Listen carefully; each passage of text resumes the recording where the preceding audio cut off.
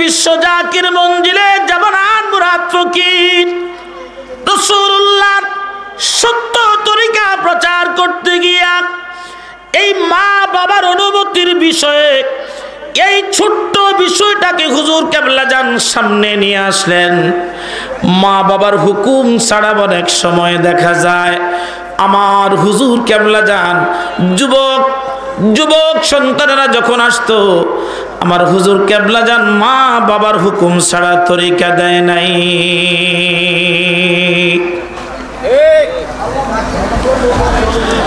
মা বাবা হুকুম দিছে, হুজুর কেবলা জান জাকির মন্দিরে বসে হুকুম পাইছে, তরিকা দিছে, মা বাবা হুকুম দেয় নাই। হুজুর কেবলা জান 2 বার 3 বার 4 বার 5 বার আসার পরে হুজুর কেবলা জান তরিকা দেয় নাই। বাবাজি, এটা মদিনামুখী ইসলাম। হুজুর কেবলা জান বলতেন বাবা এটা মদিনামুখী ইসলাম। এখানে রাসূলুল্লাহ মহব্বত মানুষের অন্তরে পয়দা করে দেওয়া হয়। এখানে এই বিশ্ব জাকির মঞ্জিলে আল্লাহ এবং আল্লাহ রাসূলের সত্য তরিকার দাওয়াত দেওয়া হয়। এই বিশ্ব জাকির মঞ্জিলে বাবা আর কিছুই দেওয়া হয় না, কোনো শিরক বিদআতের প্রচার হয় না। এখন আবার অনেকেই বলতে চায় জাকির মঞ্জিলে নাকি শিরক বিদআতের আস্তানা চলছে। খোদা কি কসম করে বলি, আজকে ৭৭তম শরীফ আমরা করে আসলাম কয়েকদিন আগে। এই ৭৭ বছরের মধ্যে এই বাংলাদেশের কত অলি গুজার হয়ে গেল, কত অলি গুজার হয়ে গেল, কত আওলাদ ওলি দুনিয়া থেকে খেদমত করে চলে গেল, কত আলেম বিদায় হয়ে গেল। কেউ কোনোদিন বলতে পারে নাই জাকির মঞ্জিলে বিদআত হয়, জাকির মঞ্জিলে শিরক হয়। পরে হুজুর কেবলা জান বলতেন বাবা এই বিশ্ব জাকির মঞ্জিলে এমন একটা তরিকার দাওয়াত দেওয়া হোক যেই তরিকার দাওয়াতের কারণে এখান থেকে শিরক বিদআতের মূল উৎপাটন করে দুনিয়া থেকে শিরক বিদআত দাফন করা হয়। জবান খুলে কথা বলুন ঠিক না বেঠিক? আল্লাহ দেখেন আমার হুজুর কেবলা জান শরীয়তটাকে কত সুন্দরভাবে হুজুর কেবলা জান মানতেন। আল্লাহর হাবিব মদিনায় একজন যুবক মায়ের খেদমত করে, মার খেদমত করে যুবক, মায়ের খেদমত করে রে। ওই মায়ের খেদমত করা অবস্থায় হঠাৎ করে যুবকের মনে হলো এই যুবকটা একদিন মার কাছে বলতেছে মা আমাকে হুকুম দাও, আমি আমার দয়াল নবী রাহমাতুল লিল আলামিনকে একটু দেখতে চাই।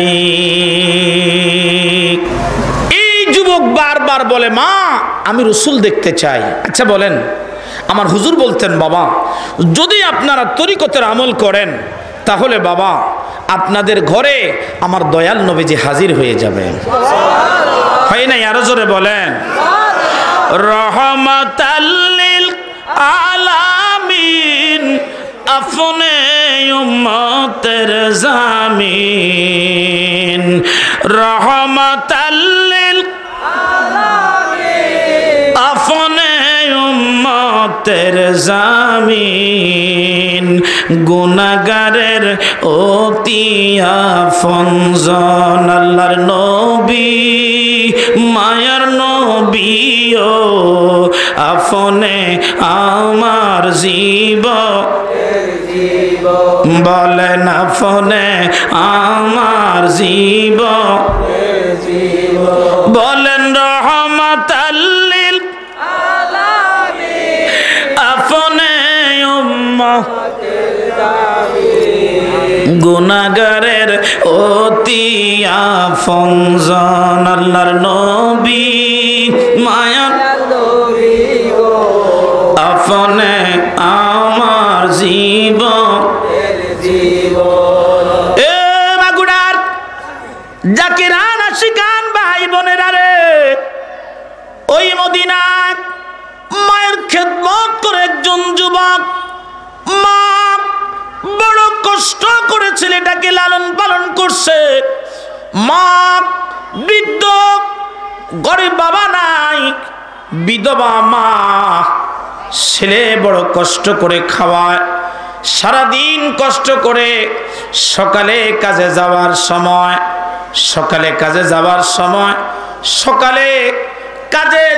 সময় মায়ের বিছানা পরিষ্কার করে দেয়, মাকে খাবার দেয়, মারে খাওয়ায় দেয়। আবার সারাদিন মা ঘরের মধ্যে শুয়ে থাকে। এবার সন্ধ্যাবেলা ঘুরে আসে, আসার পরে আবার মাকে পরিষ্কার করে দেয়, গোসল করে দেয়, মার মাথার মধ্যে তেল দিয়ে দেয়, পানি দিয়ে দেয়, মায়ের মাথার মধ্যে বেনি করে দেয়। আর প্রতিদিন একটি বার করে বলে, মা আমাকে হুকুম দাও, আমি একটি বারের জন্য রহমাতুল্লিল আলামিনকে আমি দেখতে চাই।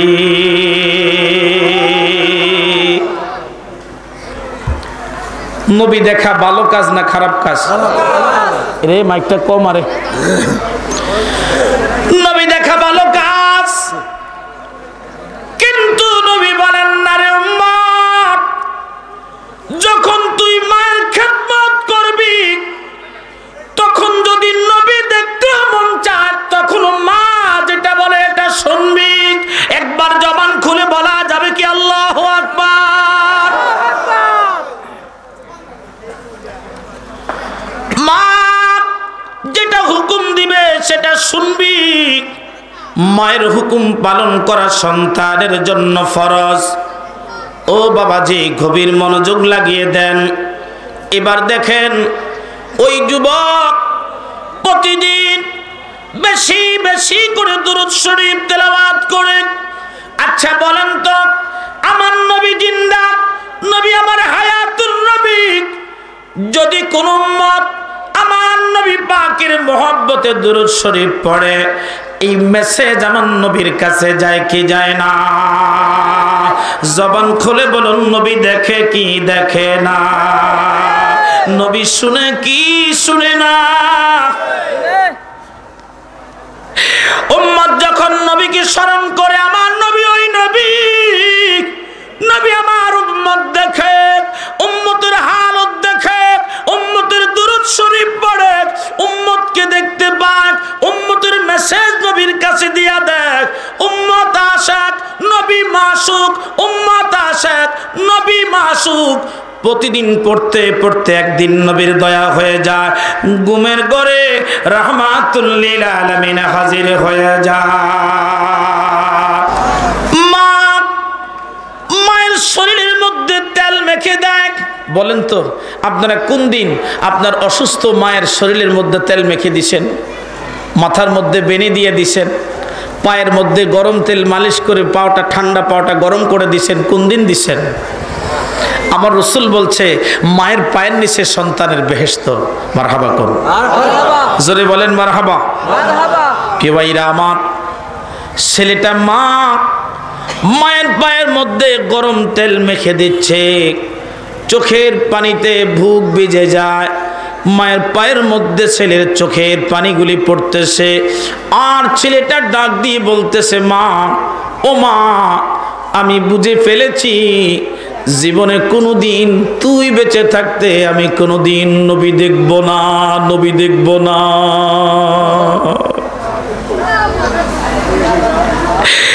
জীবনে তুই বেঁচে থাকতে কোনোদিন নবীর সাথে আমার সাক্ষাৎ হবে না।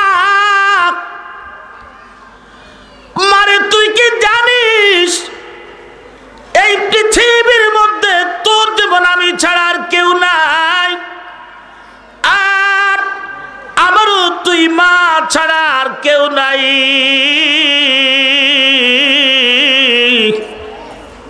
কিন্তু রে মা, তুই ছাড়া আমার আর কেউ নাই, আমি এই জন্য নবী দেখতে চাই মা। আমি জানি এই জীবনে যে একবার নবী দেখলো, আল্লাহ পাক তার জন্য জাহান্নাম হারাম করে দিল। এই জন্য একটি বার আমি নবী দেখতে চাই রে মা। পৃথিবীর মধ্যে এমন কোন সন্তান নাই, এমন কোন মা নাই, মায়ের আঁচল নাই, যেই সন্তান মায়ের আঁচল থেকে কোনদিন খালি হাতে ফিরে গেছে। মা বুক পাটা কান্না বেজা কণ্ঠে ডেকে বলে, বাবারে তুই যাবি, নবীর বাড়ি যাবি, তুই কি জানিস আমি মা কি জন্য তোকে নিষেধ করি? তুই কি জানিস? আমি মা শুনেছি যে একবার নবীর বাড়ি যায় রে, সে আর কোনোদিন ফেরত আসে না।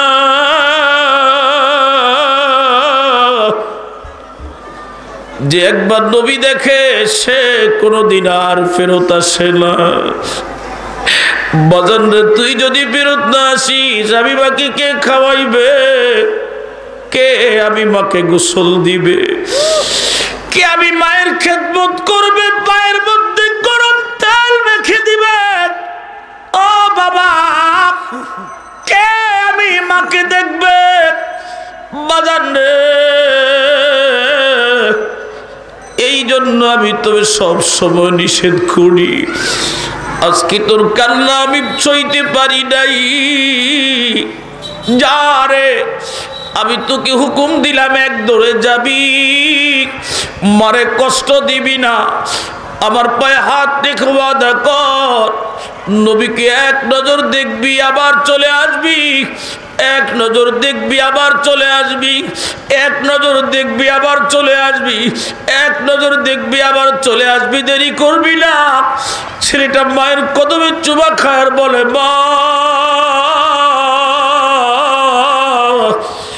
আমি ওয়াদা করলাম আমি দেরি করব না, একবার আমি রসুল দেখে তোমার কাছে ফেরত আসব। ওই যুবক পাগল পারা হইয়া মায়ের কাছ থেকে অনুমতি পাইয়া দৌড়াইয়া নবীর বাড়ি আসতেছে, নবীর বাড়িতে আসতেছে।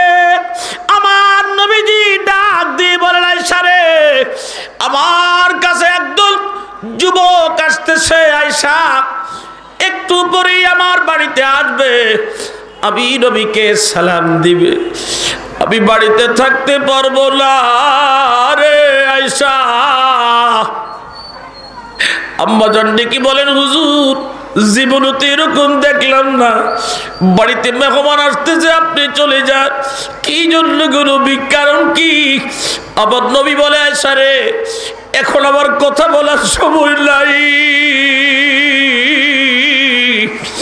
আমি পরে তোমাকে খুলে বলবো।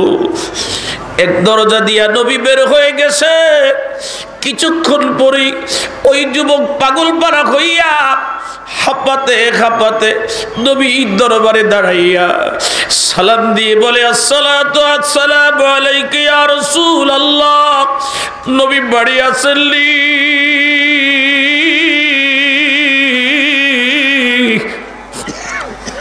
বহুদিন পরে মার কাছ থেকে অনুমতি নিয়ে এক নজর আপনি নবীরে দেখার জন্য আসছি।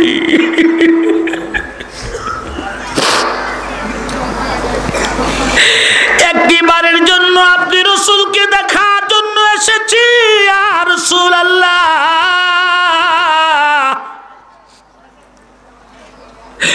ভিতর থেকে জবাব আসলো, নবী বাড়ি নাই রে। ব্যর্থ হয়ে পানি, চোখের পানি গুলি ছাড়তে ছাড়তে মায়ের হুজরার মধ্যে চলে গেছে। মায়ের পা ধরে কান্দে আর বলে, মা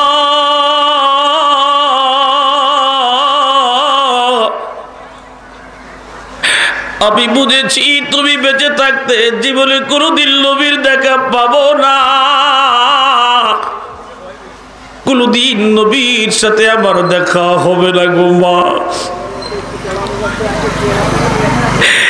আবার ওই আশিক মায়ের কদমে দাঁড়াইয়া বলে, মা প্রশ্ন করে, বাবা তোমার সাথে কি আল্লাহর হাবিবের দেখা হয় নাই? ছেলেকে কান্দে আর বলে, মা আমি তো রাসূলের দেখা পাই নাই, মা ডেকে বলে, বাবা কি জন্য চলে আসছো? ছেলেটা ডাক দিয়ে বলে, মা জীবনে কোনোদিন তোমার সাথে ওয়াদা খেলাপ করি নাই গো, আজকে তুমি বলছো তাড়াতাড়ি আসতা, আমি দেরি করতে পারি নাই, তোমার সাথে আমি হুকুম নেই নাই। কিছুক্ষণ পর যুবক চলে গেল, আর নবীজি ঘরের মধ্যে এসে আয়েশারে ডেকে বলে, আয়েশারে আমি বাড়ির সামনে আমার কার থেকে শরীরের ঘ্রাণ পাইতেছি রে আয়েশা।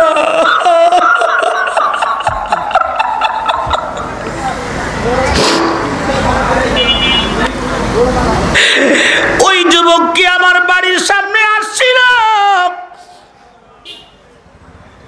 আম্মা যারা আয়েশা ডেকে বলে, হুজুর কেউ একজন বাড়িতে আসছিল, আর আপনি তাকে দেখে বাড়ির থেকে চলে গেলেন, এখন আবার তার শরীরের ঘ্রাণ নাকি আপনি পাইতেছেন নবী গো, কারণ কি একটু বুঝে বলেন। আবার নবী বলেন, আয়েশা রে ওই ব্যক্তির হাকিকত আমি রাসূল জানি, আমার হাকিকত ওই ব্যক্তি জানে। আমি রাসূলকে দেখার পরে সে সহ্য করতে পারবে না, যদি সে মারা যায় তার অসুস্থ অসহায় মায়ের কি হবে, এই জন্যে আমি তার সাথে সাক্ষাৎ করি নাই।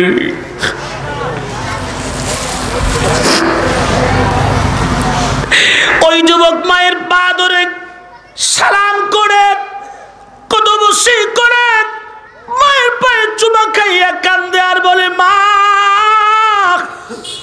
বলো রে আমার কি অপরাধ, কি জন্য আমি নবী দেখতে পাইলাম না? আমার ওই যুবকের মা দোয়া করলেন, বাজান রে যা আমি মা হয়ে তোর জন্য দোয়া করলাম, যতদিন পর্যন্ত নবী না দেখবি তোর কোনোদিন মৃত্যু হবে না, মৃত্যু হবে না, মৃত্যু হবে না। একবার জবান খুলে বলা যাবে কি আল্লাহু আকবার? হয় না ইয়া রাসূলুল্লাহ, আল্লাহু আকবার। ডাক দিয়ে বলেন, ইয়া রাসূলুল্লাহ, আল্লাহু আকবার ওয়ালিল্লাহিল হামদু বিসমিল্লাহির রাহমানির রাহিম।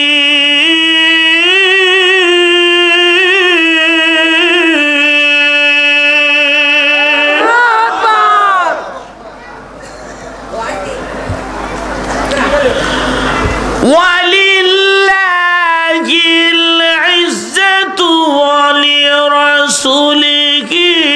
ওয়ালিল মুমিনিন।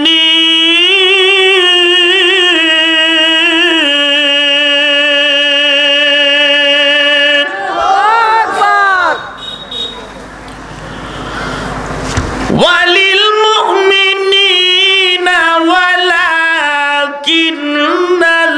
মুনাফিকিনা লা ইয়ালামুন।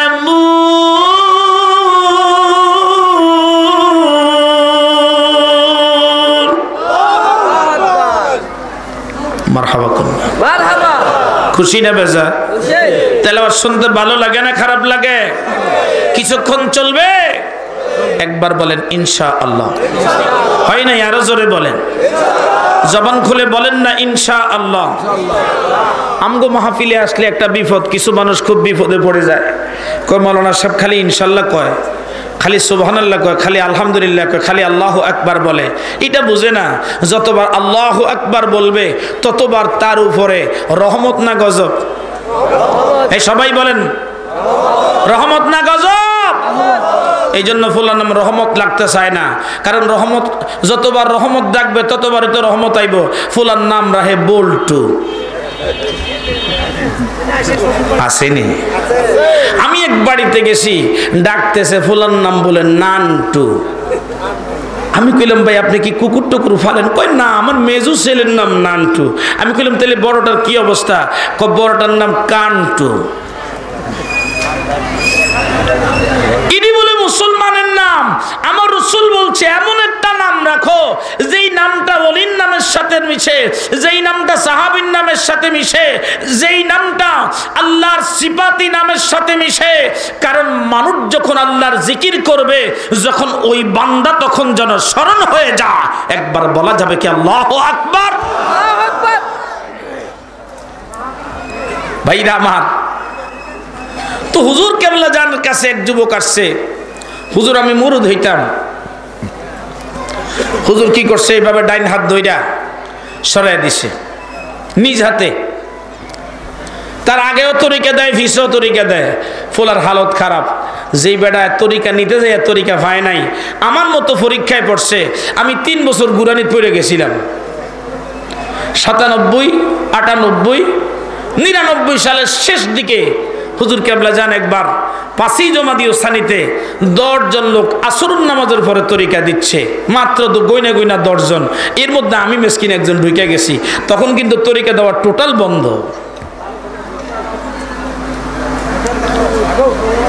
তো হুজুর কেবলা জানের কাছে এই যুবক গেলেন তরিকা নিতে, হুজুর সরাইয়া দেয়।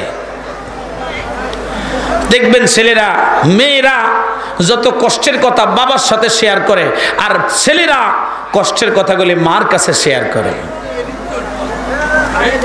ছেলেটা যায় মার কাছে বলতেছে, মা আমি হুজুরের কাছে গেলাম, হুজুরকে দেখার পরে আমার খুব ভালো লাগছে, আমার মন বলতেছে উনি আল্লাহর একজন মাহবুব বান্দা, এতে কোনো সন্দেহ নাই। আমি তরিকা নিতে দাঁড়াইছি, মা আমাকে তরিকা দেয় না, আমার আগেও তরিকা দেয়, আমার পিছেও তরিকা দেয়, ডান হাত দিয়ে আমাকে সরাইয়া দেয়। মা তখন মুস্কি মুস্কি হাসতেছে। একবার জবান খুলে বলেন না সুবহানাল্লাহ, জোরে বলেন না মারহাবা। তাইলে বোঝা গেল মা কিছু একটা বুঝছে।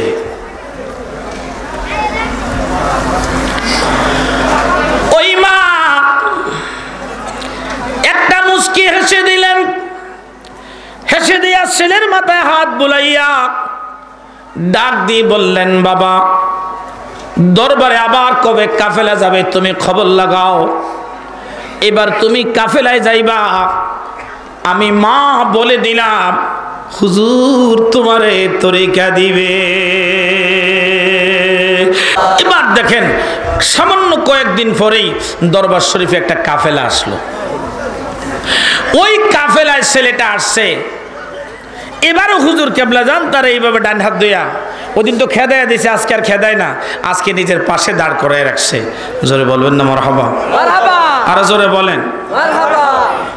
আচ্ছা বলেন তো, আজকে মায় হুকুম দিছে, এটা কি আমার হুজুর কেবলা জান মেসেজটা পাইছে কি পায় নাই? পাওয়ার পরে হুজুর কেবলা জান সবাইকে তরিকা দিলেন। দেওয়ার পরে হুজুর কেবলা জান এই ছেলেটাকে সাথে নিয়া হুজরা শরীফের হল রুমে ভিতরে চলে গেলেন।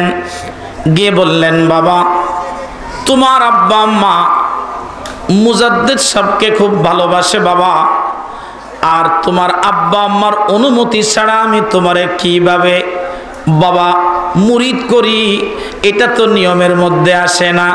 এই কারণে গত 2বার আমি তোমাকে ফেরত দিছি। 2বার ফেরত দিছে, মা অনুমতি দেয় নাই, এখন মা অনুমতি দিছে। এবার মা অনুমতি দেওয়ার পরে মুরিদ হওয়ার পারমিশন মিলে গেছে। একবার জবান খুলে বলা যাবে কি মারহাবা। ও ভাইরা আমার, মহব্বতের কান লাগিয়ে দেন, গভীর মনোযোগ লাগিয়ে দেন, মহব্বতের কান লাগিয়ে দেন বাবা। বাবাজি হুজুর কেবলা জান ডেকে বলে, বাবা রে প্রতি রাত্রে তাহাজ্জুদের সময় তোমার মা এবং তোমার বাবা কয়জন? সবাই বলেন কয়জন? প্রতি রাত্রে তাহাজ্জুদের সময় তোমার মা আর তোমার বাবা এই 2 জন তাহাজ্জুদের সময় তাহাজ্জুদ পড়ে আল্লাহর ইসমে জাতের জিকির করে, রহমত কাজা করে না, রহমত কাজা করে না, রহমত কাজা করে না, রহমত কাজা করে না। আল্লাহর দরবারে সন্তানের কল্যাণ চাক, ওই মায়ের সন্তান মার কাছে না বলে আমি কিভাবে নেই?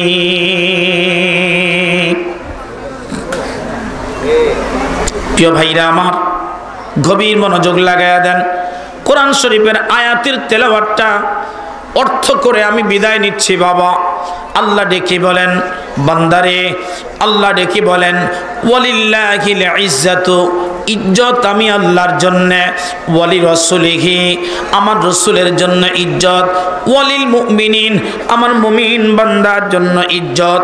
বলেন তো মুসলমানেরা, আমরা যারা জাকির মঞ্জিলের মুরিদ আর যারা নবীর আশিক, আমরা নবী ভালোবাসি কি বাসি না?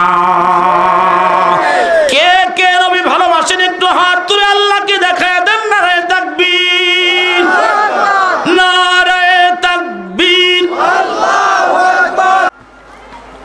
বাবা প্রথম নাম্বার আব্বা হলো আবুল বাশার, আদি পিতা আদম আলাইহিস সালাম, তিনি হলেন প্রথম নাম্বার বাবা। তিনি ছিলেন একজন আম্মা, ছিল না জান্নাতে, তিনার ভালো লাগতো না। আমার আল্লাহ পাক বললেন আদম রে মন খারাপ কেন? সাথে কি আরেকজন হইলে ভালো হয় নাকি? কয় আপনি তো ভালো বুঝেন। দিল আমার আম্মা জান রে। আব্বাই কিছু না কয়ে দৌড় দিয়ে আম্মা জানের কাছে যায়, কয় না যাওয়া যাবে না, এটা যদি সরাসরি তুই যাস তোর সন্তানেরাও সরাসরি যাবে। আল্লাহ আমি কি করব? ডেকে বলে আমি আল্লাহ তোমাদের বিয়া দিতে চাই। সুবহানাল্লাহ, সুবহানাল্লাহ, জোরে বলে আদম রে তুমি কি বিয়ে করতে রাজি নি?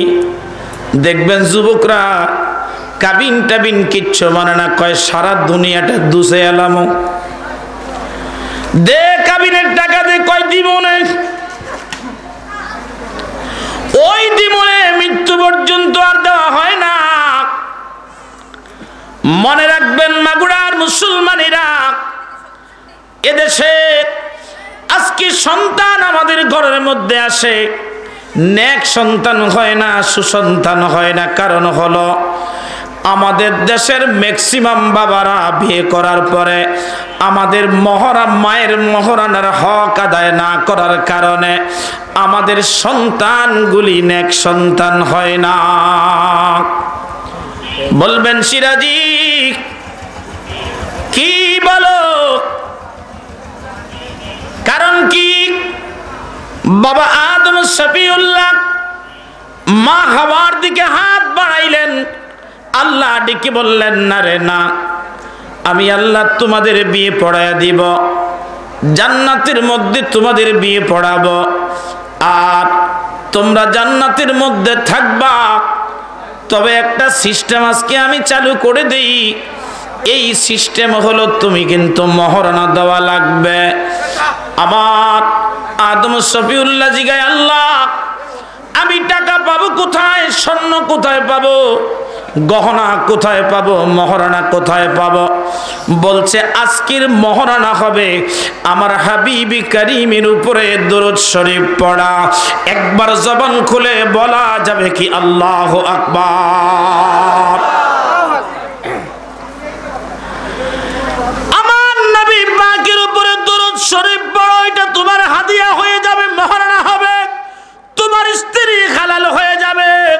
জোরে বলা যাবে কি মারহাবা? আজকে আমাদের দেশের যুবকেরা মহারানার কথা স্বীকার করে ঠিকই, কিন্তু বাজান মহারানা আদায় করে না। কি তো ঠিক নেই? মিছা কইছি? যদি বাবা যতক্ষণ পর্যন্ত মহারণা আদায় না করবেন ততক্ষণ পর্যন্ত বিয়ের পরে আপনার স্ত্রী হালাল হবে না।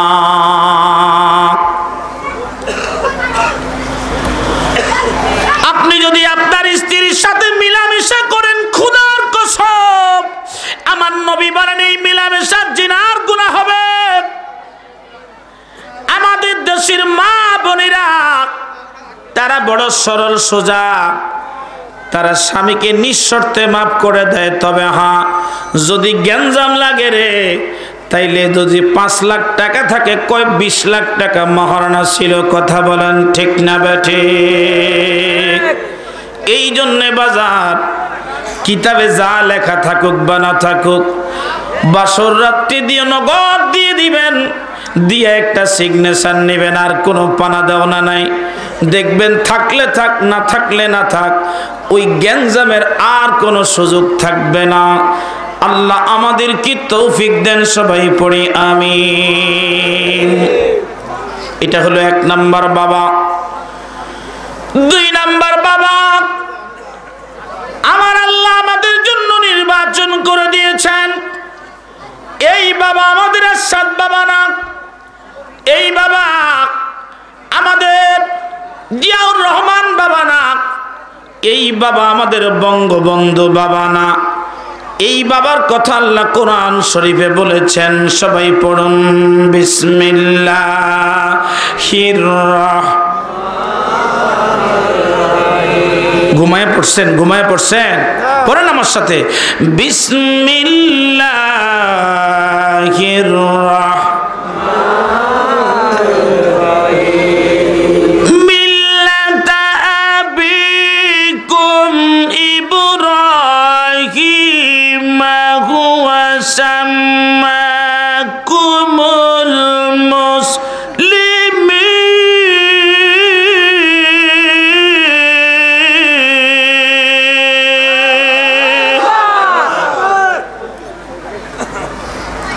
আল্লাহ কই আমি নেতা বানাই দিছি, আব্বা বানাই দিছি, মুজিবুর বাবাটা কোন লাগবো না।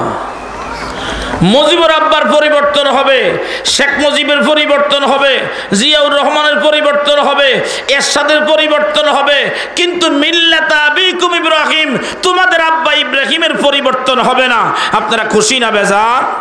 একবার বলেন না আল্লাহু আকবার। এবার আসেন, সূত্র বুঝেন, অঙ্ক সোজা। তাইলে বাবা 2 জন পাইছি, ঠিক নিও? আব্বা কয়জন? 2 জন। আমাদের দেশে একটা নিয়ম আছে, যেহেতু বঙ্গবন্ধুর উসিলায় আমরা দেশটা স্বাধীন পাইছি, এই জন্য আমরা তাকে জাতির পিতা বলি। উনি আমাদের জাতির পিতা, ওনার নাম বঙ্গবন্ধু শেখ মুজিবুর রহমান। সম্মানের সাথে নেতা ডাকার কারণে আবার অনেকে আব্বাও ডাইকা নেয়। এই কথাটা বলার কারণ হলো, অনেকে বলে আত্মশীর হুজুরের কাছে কি তোগো মারে তোরা বিয়ে দিছস নাকি? যদি বিয়েই না দেস তাহলে তোরা কেন হুজুরের বাপ ডাকস? আমার কথা হলো, এই যে ইব্রাহিম আলাইহিস সালামকে আল্লাহ বাপ বানাই দিলেন, ওনার কাছে কি মাকে বিয়ে দেওয়া লাগছে? উনি law is the father in law, উনি আইনের বাবা। মারহাবা কোন হয় না? আরো জোরে বলেন, কি এর বাবা? আইনের বাবা। কি বাবা? আমাদের আবুল বাশার আদি পিতা, উনি আমাদের জন্মদাতা পিতা না, উনি আইনের পিতা। এ কথা বলেন ঠিক না বেঠে? এরপরে আমাদের শ্বশুর আব্বা, উনার কাছে কি আম্মারে বিয়া দিছি? তো উনি কেমনে আমাদের আব্বা হইল? উনি ফাদার ইন ল, উনিও আইনের বাবা, আমার স্ত্রীর বাবা। এই জন্য আইনগতভাবে আমার স্ত্রীর বাবা আমার বাবা, আমার স্ত্রীর মা আমার মা। ঠিক না বেঠিক? তাহলে আব্বা কয়জন পাইলেন? মোটামুটি 3-4 জন হয়ে গেছে। মারহাবা কয় না? মারহাবা কয় না? এই জোরে বলেন না মারহাবা। এরপরে আসেন, ও বাবাজি, গভীর মনোযোগ লাগিয়ে দেন রে বাবা, মহব্বতের কান লাগান, মনটা একটু মাহফিলের দিকে ঘুরে নিয়ে আসেন। আমার নবী, তিনি হলেন আমাদের ধর্ম যাজক, তিনি আমাদের ধর্ম যাজক। খ্রিস্টানদের চার্চের মধ্যে, গির্জার মধ্যে দেখবেন তাদের ফাদার থাকে। এই ফাদাররা জীবনে বিয়া করে না, বিয়া না কইরেই তারা ফাদার হয়, কারণ তারা খ্রিস্টান ধর্মের যাজক। তারা হজরতে ইসহাক আলাইহিস সালামের বংশধর মনে করে। ইহুদিরা, খ্রিস্টানরা তাদের ফাদার যারা, তারা কোনোদিন বিয়ে করে না, তারা কোনোদিন বিয়ে করে না, সংসার করে না, এদেরকে তারা বাবা বলে। ও বন্ধুরা, যেহেতু নবীজি আমাদের ধর্মের যাজক, এই জন্য ধর্মের দিক থেকে আমার নবী আমাদের পিতা। একবার জবান খুলে বলা যাবে কি আল্লাহু আকবার? এই আব্বার কাছেও মা বিয়া দেই নেই। এবার বন্ধুরা মোহাব্বতের কান লাগিয়ে দাও, যে আব্বার সাথে আমাদের মায়ের বিবাহ হলো, এই আব্বার কথা কোরআন শরীফে আল্লাহ অনেক উঁচে উঠাইয়া, অনেক উপরে উঠাইয়া ওই বাবার ব্যাপারে আলোচনা করলেন। সকলে আমার সাথে পড়ুন, বিসমিল্লাহির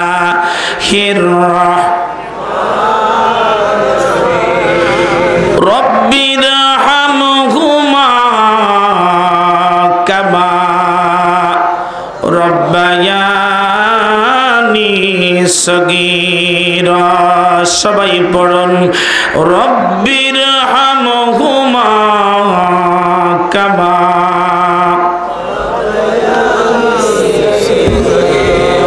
আল্লাহ ডেকে বলেন, তোমরা অসহায় ছিলা, এই অসহায় থাকা অবস্থায় তোমার বাবা সারাদিন মাঠে, উত্তপ্ত মাঠে কাজ করছে, একটু পানির জন্য ঘরে আসে নাই, আজান মসজিদে হয়েছে, ঘরে আসছে, তোমার বাবা তোমার অপেক্ষা করছে, ঘরে আসে নাই। আর তোমার মা বাড়ির মধ্যে কখনো তোমার মুখে খাবার তুলে দিয়েছে, আবার কখনো তোমার ময়লা কাপড়গুলিকে পরিষ্কার করেছে, আবার কখনো তোমার দিকে খেয়াল করেছে, গোসল করাইছে, ফাঁকে ফাঁকে বাবার জন্য খাবার তৈরি করেছে, বাবার জামা ধুয়ে দিছে, বাবার যত্ন করেছে। এক মুহূর্তের জন্য তোমার আমার কোনোদিন যত্নের খেলাপ করে নাই।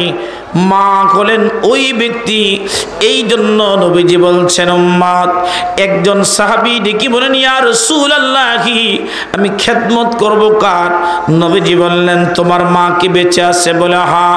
ইয়া রাসূলুল্লাহ, আমার রাসূল ডেকে বললেন, তোমার মায়ের খেদমত করো। আবার প্রশ্ন করলেন, ইয়া রাসূলুল্লাহ, আমি কার খেদমত করব গো নবী? নবীজি ডেকে বললেন, উম্মত, তোমার মায়ের খেদমত করো। তৃতীয়বার আবার ডেকে বললেন, হুজুর, আমি কার খেদমত করব? নবীজি ডেকে বললেন, তোমার মায়ের খেদমত করো। চতুর্থবার যখন প্রশ্ন করলেন, হুজুর, আমি কার খেদমত করব গো? আমার রাসূল বললেন, তোমার জন্মদাতা বাবা।